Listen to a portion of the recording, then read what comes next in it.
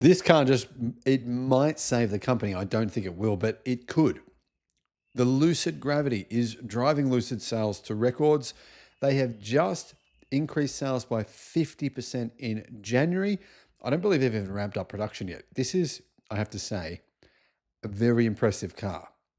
The Lucid Gravity is a car that I think will definitely help at least double Lucid sales in 2025 versus 2024. Hello, my friends. Welcome to the channel. I'm Sam Evans. You're watching the Electric Viking. Great to have you with us. After launching its first electric SUV in December, Lucid's US sales climbed by 51% last month versus the same month 1 year ago.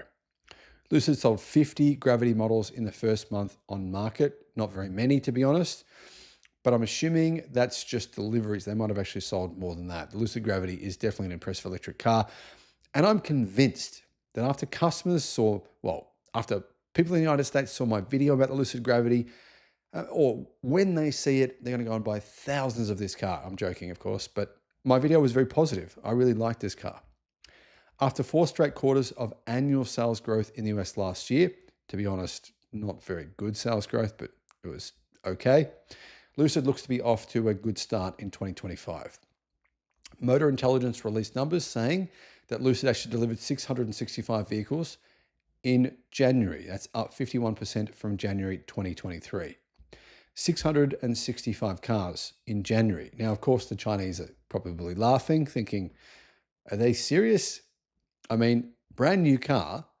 You know, in China, you bring out a brand new car like this. If you brought this car out in China, they'd probably get 30,000 orders within a day. That's very, very common in China.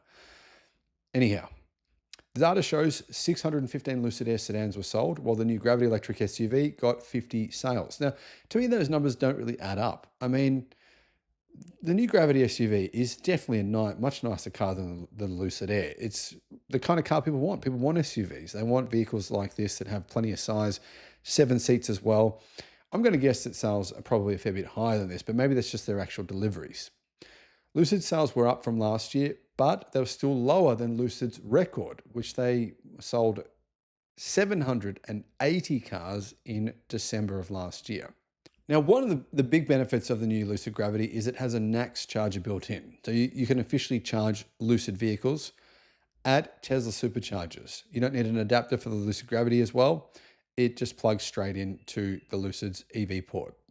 The Gravity was the first non-Tesla sold with a native NACS port, which is obviously Tesla's supercharging standard. Now, keep in mind, this is a pretty damn impressive vehicle. It's definitely a faster charging vehicle than the Lucid Air, which is impressive. It has a 926 volt powertrain, and it can achieve charging speeds of 400 kilowatt. So Lucid have said this: a robust charging curve means it can add 200 miles of range in 12 minutes. So it can add 320 kilometers of range in 12 minutes. That's pretty damn impressive. That means it's the fastest charging electric car or electric vehicle of any kind, other than, you know, some of these semis that can charge much faster than that. The fastest charging actual car or SUV in the United States. Now, it's nowhere near what speed we're seeing from some of the vehicles in China, but it's still damn impressive. In addition to that, it has a massive battery pack. And if you consider the size of the battery pack, I think the value is actually not too bad. The battery is the same size as the battery in the Tesla Cybertruck. It's a 123 kilowatt hour battery, but that gives it 450 miles of range. I mean, 450 miles of range, 400 kilowatt fast charging, that's pretty rad, right? This is actually pretty cool technology here in this car. What about the price? Well, yeah, it's expensive. That's probably the reason for the low sales. It starts at $95,000 US.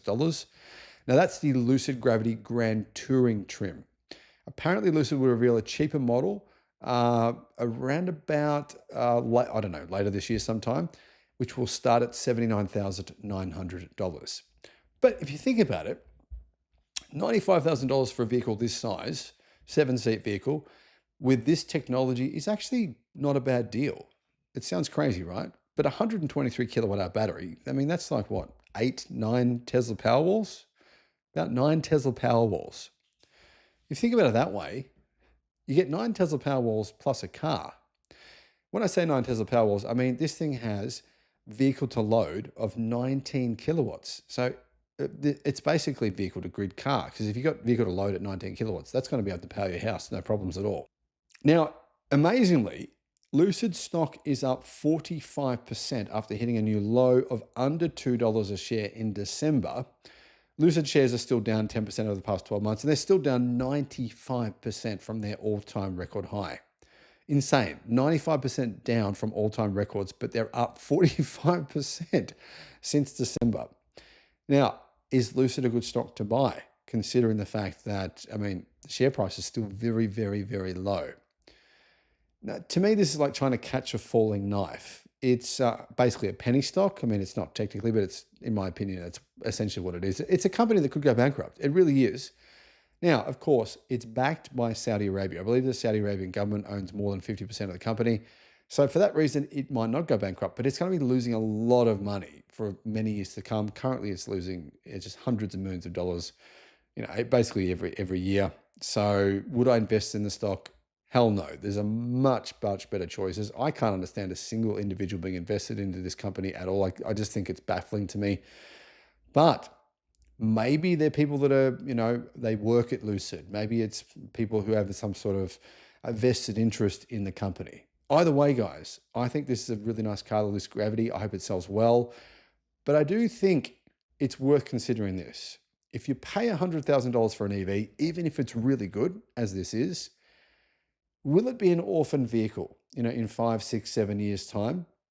That's a pretty significant risk. Then it could be an issue where you say to yourself, well, how am I going to go with warranty, servicing parts, those sorts of things? To be honest, I think it'll be pretty good, but Lucid vehicles have had some patchy reliability, so it's worth considering that. Let me know what your thoughts are in the comments. Bye-bye. We all know that electric car sales are blowing up in China. Everybody knows that. It's old news. But a lot of people still think EV sales are going down in America, when in fact that's not correct.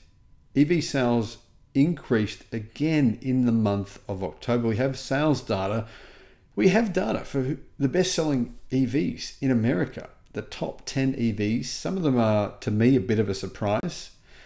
I'm curious to know what you guys think of this top 10. Here's the list. But first, hello, my friends. Welcome to the channel. I'm Sam Evans. You're watching The Electric Viking. I want to thank the new Patreon members that have come on board recently. If you'd like to join us, I'll put a link to our Patreon page and also our YouTube member page in the description. More than 101,000 electric cars were registered in the US in October. 101,000, more than that. Now, that's in spite of Tesla sales dropping by 1.8%.